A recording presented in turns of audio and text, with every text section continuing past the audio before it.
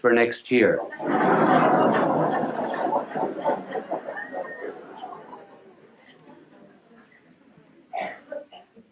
So I am not presenting myself as a model to you on how to talk. It's just merely that there have been so many letters coming to me asking me to give a few suggestions that I will give them to you. They are only personal.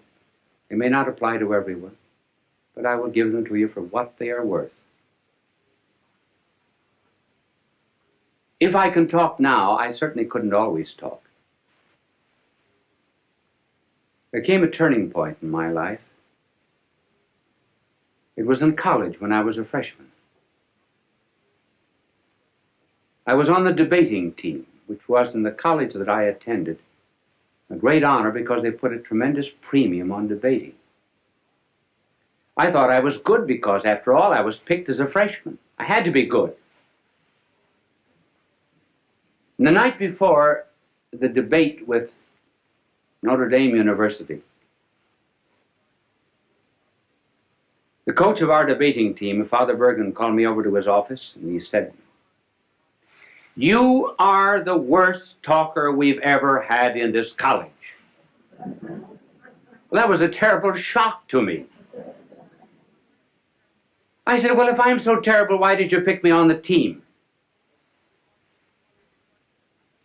He said, "Because you can think, not because you can talk."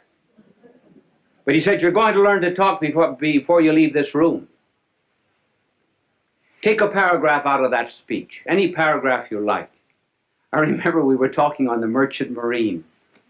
I'll never forget, the paragraph began, "I think it needs no argument to prove," and so forth. So he said, "Stand up there against the wall," which I did. Now he said, "Go over that paragraph." At the end of it, he said, "Do you see your mistake?" I said, "No." "Go over it again." Went over it 1 hour, 2 hours, 2 hours and a half. I was dead. So was he. And every 2 or 3 minutes, when I finished it, he would say, "Do you see your mistake?" I said, "No." But being naturally quick, after 2 hours and a half, I saw it. He said, "Do you see your mistake?" I said, "Yes, I think I do. I'm not natural." He said, "That's right.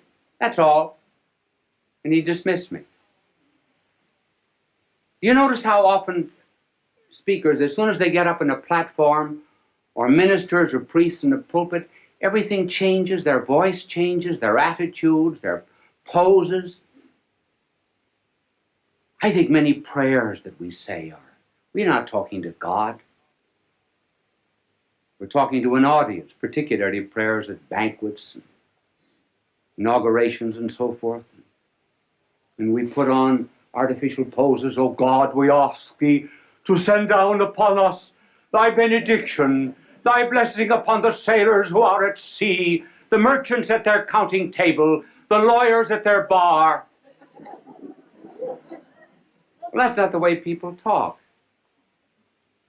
So, being natural and preparing a talk, what would be some suggestions? Now, the way I prepare a talk is not perhaps the way everyone would want to do it, but I can only give you my way. In order to prepare a talk, one must do a tremendous amount of reading. Each one of these telecasts of mine would represent between 20 and 40 hours of study. When I get through, what have I got? Nothing but a bits of yellow pages. I think I have one in my pocket. But before I show it to you, I will tell you what I do. I study, I do research, and I begin to understand the subject. Then, when it gets into my head, I begin to write out points, generally just 3 or 4 points that I'm going to talk about. I will only write out the heading. And then I will tear up the paper. and then rethink what I was saying.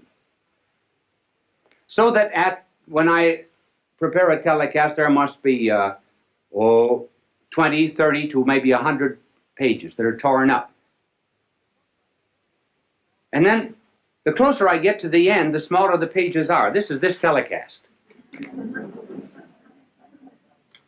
And I brought it out here, not because I'm going to refer to it, but just simply because it shows you the points, how small the points are. And by doing a tremendous amount of study, the mind creates an atmosphere for the talk. There is much more air round about us than ever gets into the lung.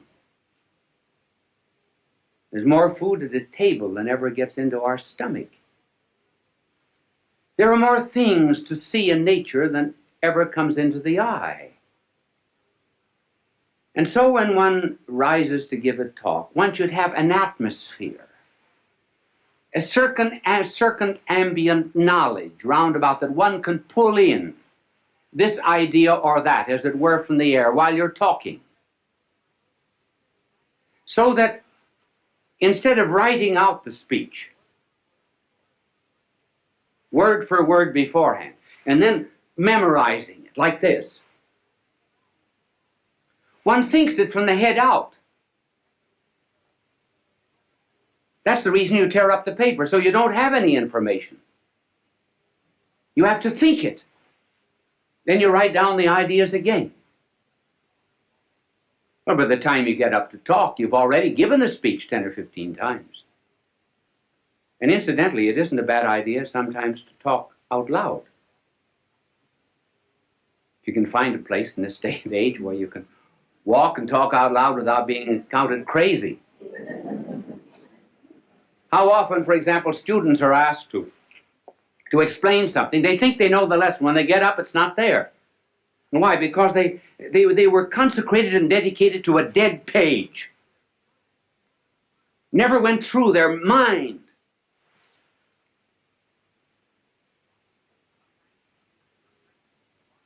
Sometimes teachers are just textbooks wired for sound. And studying is nothing but what is in print, passing from the mind of the book to the notebook of the teacher, or rather from the notebook of the teacher to the notebook of the student without passing through the mind of either. Now, this method of preparation is hard. It's very much easier to write something out and then to learn it than to do it this way. Sometimes if you do not feel well when you're giving a telecast or a lecture, thoughts do not come. You cannot always recall exactly what you had in your mind. But at any rate, there's a spontaneity. That's what people like. Even the mistakes you make. Now, one of the reasons, for example, why people like to have me draw is because everybody in the audience can draw better than I can.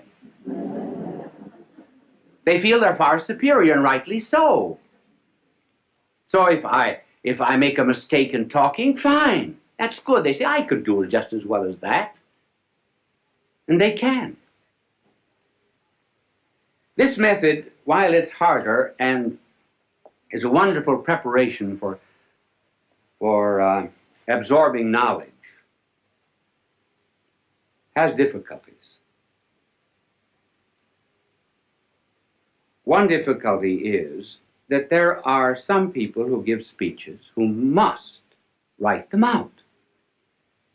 For example, the President of the United States has to have his speeches written because every word is important.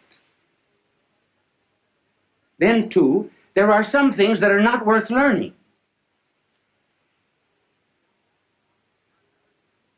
John Barrymore, for example, would commit all the lines of Shakespeare by heart. But when he played in comedies and cheap movies and so forth, he absolutely refused to learn anything. He wanted helps outside. Now that's why people on television have to have aids that are outside. I do not use any kind of aid on the outside. If I read anything, I have it written out. Now, there are two main props that are used in television. And the first prop is what is called an idiot card. An idiot card is something that is written out so that you'll not forget it. Now, just suppose I were teaching you mathematics. Now, I would be reading off this idiot card, and I would say to this vast television audience, 2 plus 2 equals 4.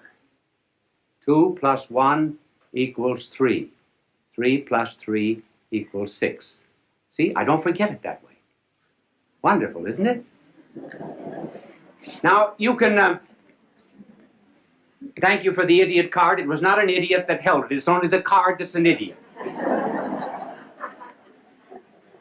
And it's impossible for people who are constantly appearing, for example, on television, to study their lines or their commercials. And so they have to have them written out on these cards. But you can always tell, if you just look closely at anybody who's using an idiot card. This is generally the way.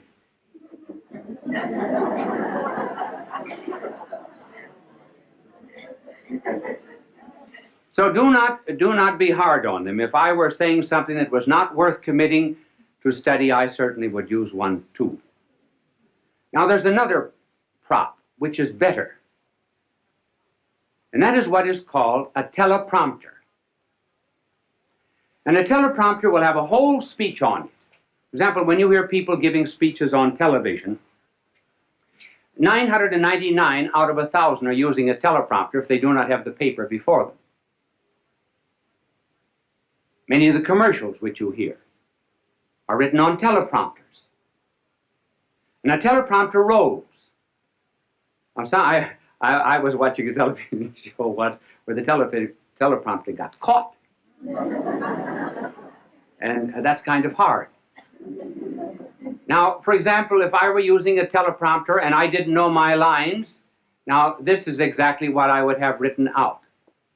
My name is Bishop Fulton J. Sheen. My address is 366 Fifth Avenue, New York. See, then I don't forget. Now, this is the teleprompter. These are some of the aids that are used in television, and television simply could not exist without them. And they are helpful, too, simply because one is apt to forget. Many times, you're standing before a television camera, momentarily I can't think of the next point. Well, I'll throw in a story or something till it comes back to me. You don't know it, but I do. I don't get too embarrassed. I don't get flustered because I can't remember it. I remember, I was giving a talk once in Ireland at the Eucharistic Congress. I've forgotten when it was, a long time ago. If there was ever a time in my life I wanted to do well, it was then.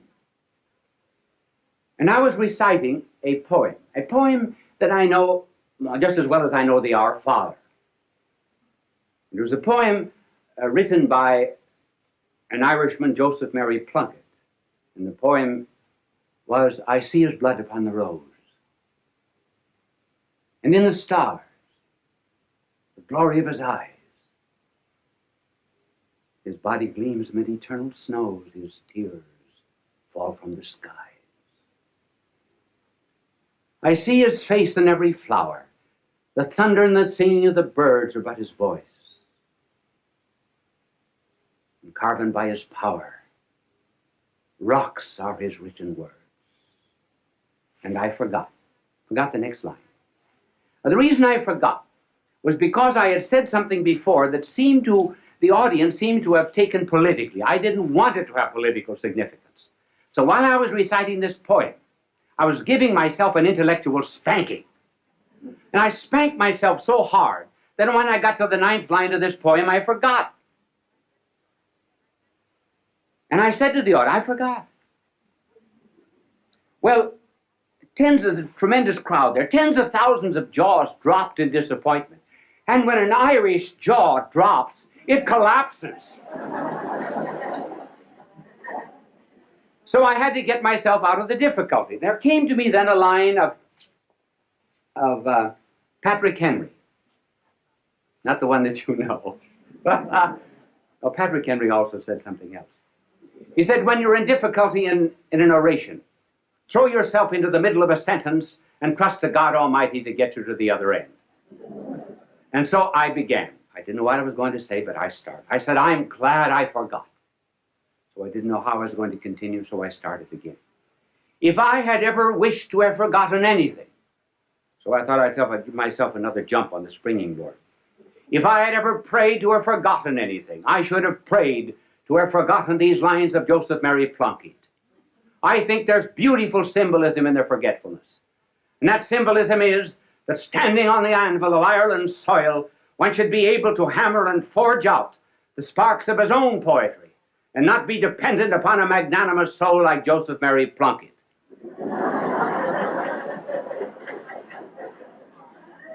I got no credit for it afterwards because the audience said that was a great trick, pretending you forgot.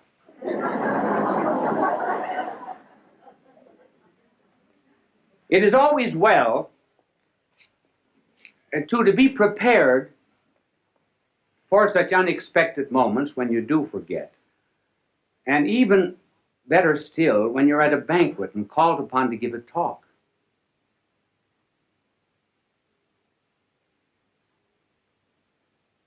And you have to begin with something that is not too heavy. In fact, one should always begin with something that's not too heavy. For example, you just simply cannot begin a speech by saying, ladies and gentlemen, accipitor frontalis, the convoluted convolutions, the metaphorical abicliarum pelviarum.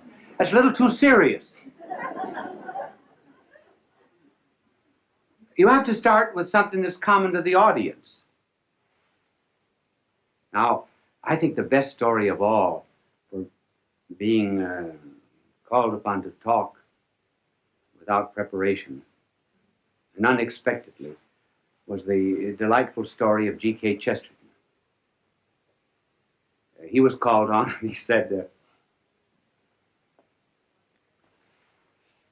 during the days of the persecution of the Christians, 2 Christians were out in the Colosseum. And some lions that had been released for 12 days, had been starved for 12 days, were released in their cages. They bounded out across the Flavian sands, were about to precipitate themselves upon the poor Christians. When the Christians reached out their arms, put them around the lion's neck, and began to say something in the lion's ear. Well, the emperor was furious. He came for blood, not comedy, because the lions went back again to their cages without touching the Christians. So the emperor, being furious, ordered other lions that had been starved for 4 weeks released.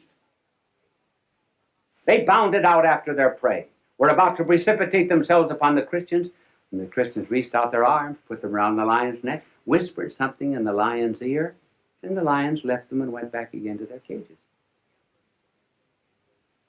The emperor sent for the Christians. What are you doing to my starving lions? Nothing. Nothing but whispering something. But what do you whisper?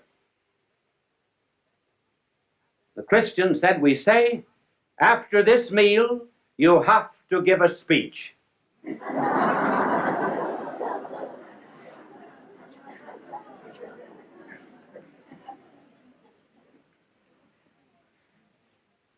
So a preparation is the most important part of the talk. And then as regards delivery, what is important is sincerity, meaning what you say. Children are the best judges of anything that's heard on television. I do not mean dramas where there's an artificial emotional interest created. But children who may not understand what is being said. they know whether the speaker is sincere or not. Incidentally, that's a good word, sincere.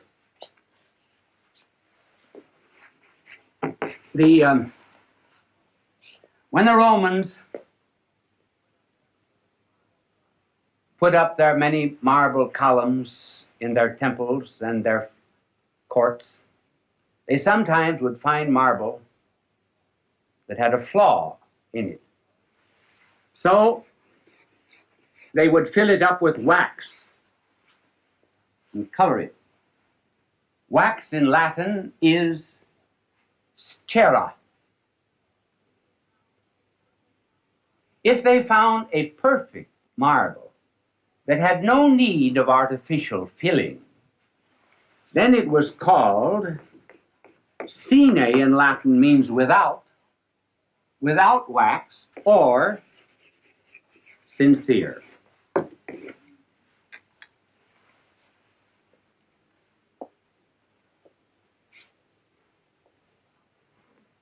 This is about the only suggestion that I would give for delivery. One just simply feels what's in his heart, that's all.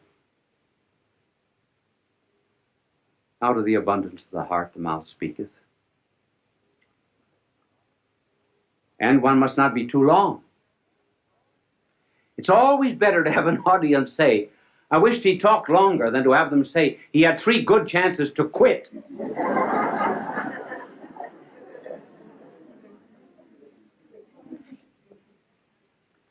And then in the communication of any idea, the secret of a good talk is the secret of fire. Fire has 2 qualities, heat and light.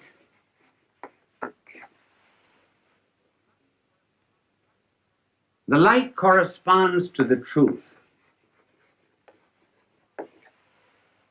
The heat corresponds to the zeal, to the passion, to the fire.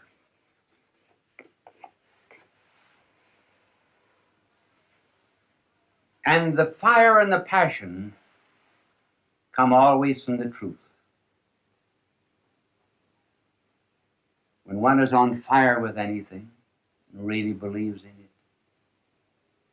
all the words come out naturally. And above all things else, the making of an orator, too, is really on his knees. Because the power to make an audience feel what you're saying does not come just from these fires. It comes from fires that have been stolen from heaven and given to the speaker. This is influence. This is power. Fulton J. Sheen is indeed a man for all seasons.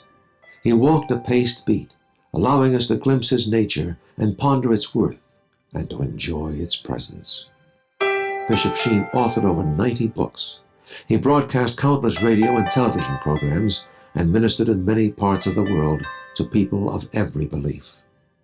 As he said many times, it is not a unity of religion we plead for, but a unity of religious people. We may not be able to meet in the same pew, but we can meet on our knees. The bishop wrote 94 books, recorded countless radio shows, and appeared on hundreds of network and syndicated television programs. His legacy is a treasure of joy that transcends time and helps us to believe that truly life is worth living. Really, was because of this incident. This particular day, I was too busy to go to dinner, so in the afternoon I went into a grocery store to buy some graham crackers. And in the back of the store was a mother with her 4-year-old son. He just pulled a bottle off the shelf, a bottle of vinegar, and broken the bottle, and the pieces were on the floor along with the vinegar. The mother was saying to him repeatedly, "Pick up those pieces." And the more she insisted on it, the more he refused. And she would have loved to have cracked him, but she didn't want to look too cruel before the customers, and the father was there, and of course he was busy, and that gave him the very happy air of neutrality. He didn't have to interfere. And finally, the mother was intense with rage. You could see what the father was saying. He was saying the kid's just exactly like her folks. And you know very well what she was saying, stubborn like the old man. And but in any case, she finally picked up the kid like a rag doll and went off the premises with him. And so it set me thinking and brought the subject of this telecast. Who won? The child or the mother? The child didn't pick up the pieces. He was weak, but he had resort to tears, which is always the last resort of weakness. She was strong, but did she win? Well, she resignated a certain amount of power, but she had to do it. And that got me thinking about the strong and the weak. And it was put very well by a European doctor, Dr. Jean de Rougemont, who said, if I am stronger than my neighbor, I despise him. If I am weaker than my neighbor, I fear him. If I am equal to my neighbor, I resort to subterfuges to escape obedience or to assert my superiority. So that brings up the problem, how are we going to solve this tension between, well, the rich, the poor, the educated, the uneducated, and the strong and the weak? For example, when the rich help the poor, perhaps they're obsequious, and then the poor are humiliated. Learned people are impatient with those that are ignorant. And the ignorant people, too, are humbled very often when taught by those that are wise. So what's the answer? Well, the answer is caring. Now, I'm going to try to tell you what caring is, but I'm going to do it, first of all, in an abstract way, so you'll think I'm learned. Then we will give examples. And it is this. The strong must feel their weakness.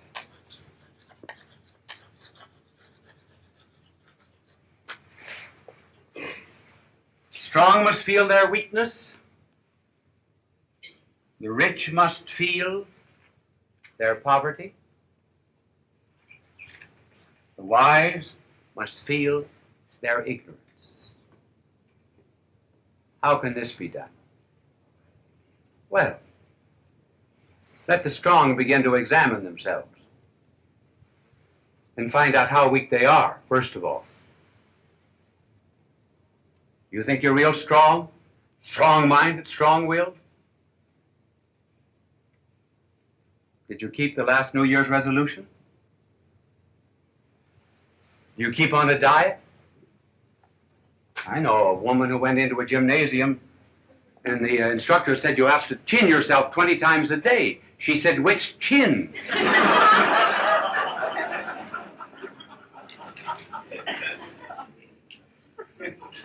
And so the strong must ask themselves, have I been able to overcome certain habits, for example?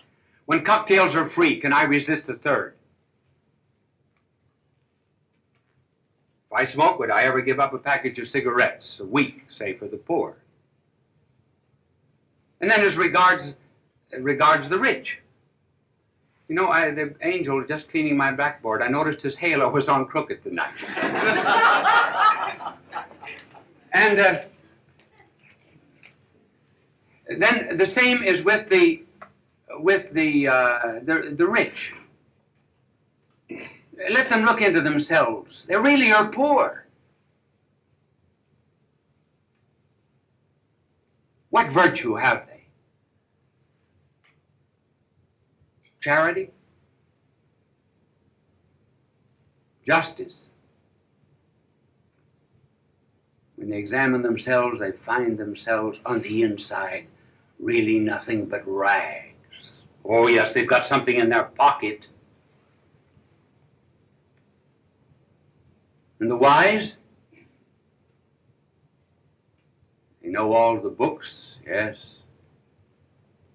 But do they know the meaning and purpose of life? So, just as soon as a strong man begins to feel his weakness, then you have a decent kind of equality. Then it's not based on law. It's not based on legal fictions. It's based really on caring and on loving. Notice how that comes out when a person has to have an operation. Go before a doctor. One doctor will say to you, "You'll have to have this operation. It's rather serious, but you'll be in skilled hands. Do not worry." And another doctor will say to a patient, "I had that operation. I came through it."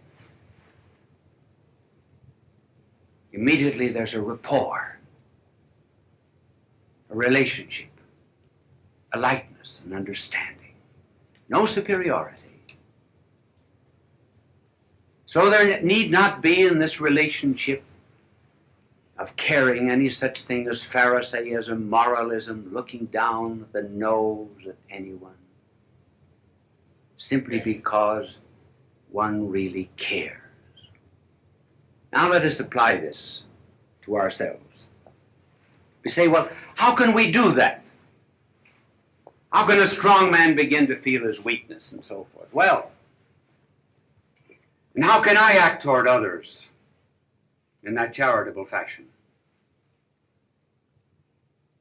Well, let us begin asking ourselves, aren't there moments when I hate myself? I know that I'm rotten on the inside. The water cooler in the office. I complain and talk in a nasty fashion about someone. Looking back over my life, it's been spoiled. Weakness, things to be hated, but I sure like myself.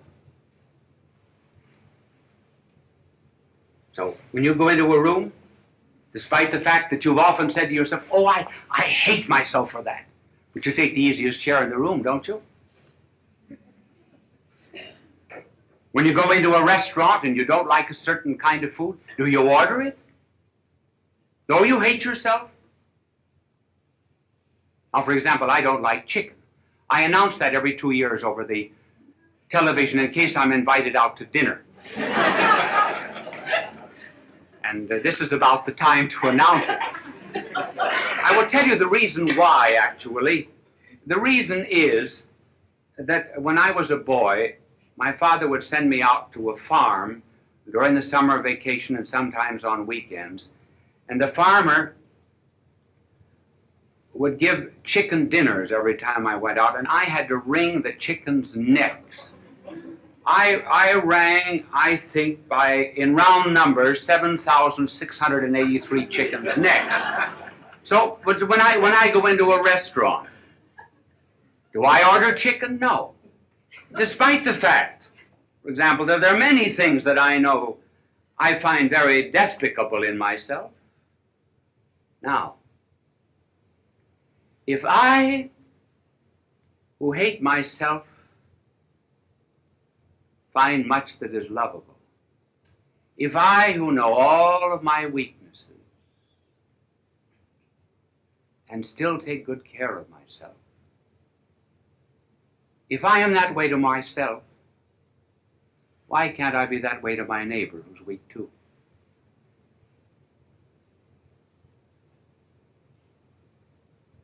If I have money and he does not have any, and I know on the inside how poverty-stricken I am as regards goodness, why can't I be good to him and he's poor?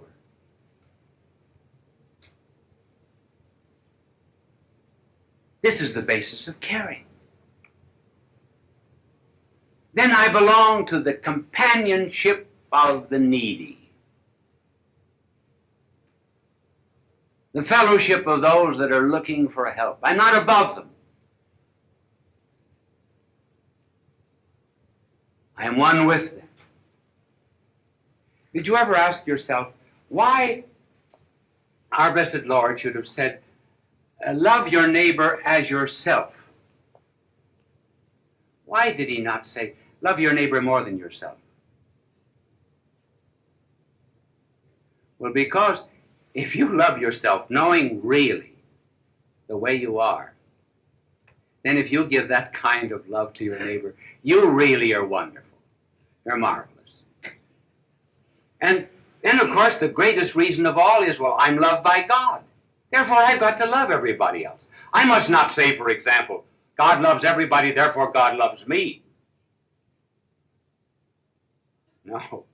God loves me, therefore he must love everybody. So you see, the basis of caring is this real kind of love. And what a difference it makes. Here was a girl and a only child of a husband and wife who were always quarreling. She grew up unwanted, unloved, and she lost faith in fellow man. She even lost faith in herself. And so as a young woman, she was miserable and unhappy. And in the town was a rich young man who fell in love with her. And he saw beneath all of that rough exterior not a rhinestone in the rough, but a diamond in the rough. And immediately she changed. Why? She was loved. She was cared for.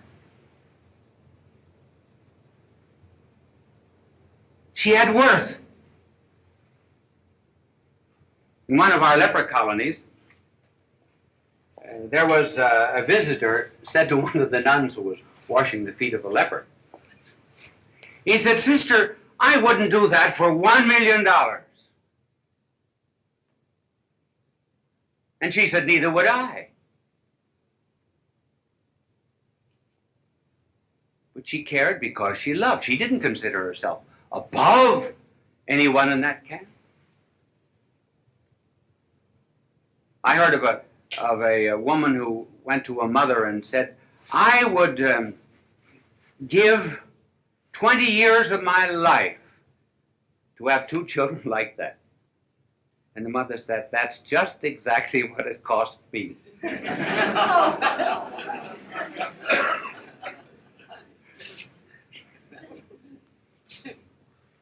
So the inspiration, therefore, is love. And I wonder if in this day and age, why it is popular to say that God is dead. They say it's a question of semantics. I think it's a question of optics, not semantics. Not a question of words, it's a question rather of what we see. It is not God that is dead. It is love that is dead. Love.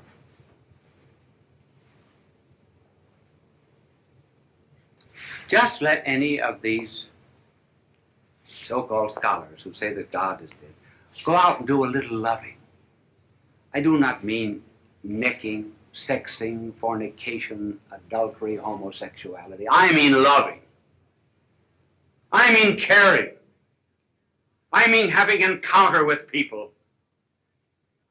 I mean realizing that we're not better than anyone else. simply because we know ourselves better than anyone else. We know how base we are, and we cannot know nearly as much about them as we know about ourselves. Let them go out and begin to love in that way. Love their neighbor.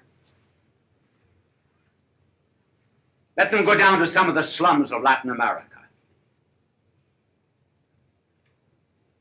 Go into the wards of some of our city hospitals. Go into the poor districts of a city.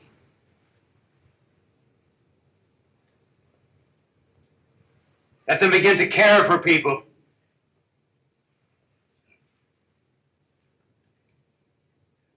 And then they will find out what love is. After all, if they do not begin to love the neighbor whom they see, how can they love God who is invisible, whom they do not see? That's the place to start. Start with neighbor. Start with the needy. And that was what was done, remember, in the parable of the prodigal son. No, the parable of the Good Samaritan. Here is a man going down from Jerusalem to Jericho.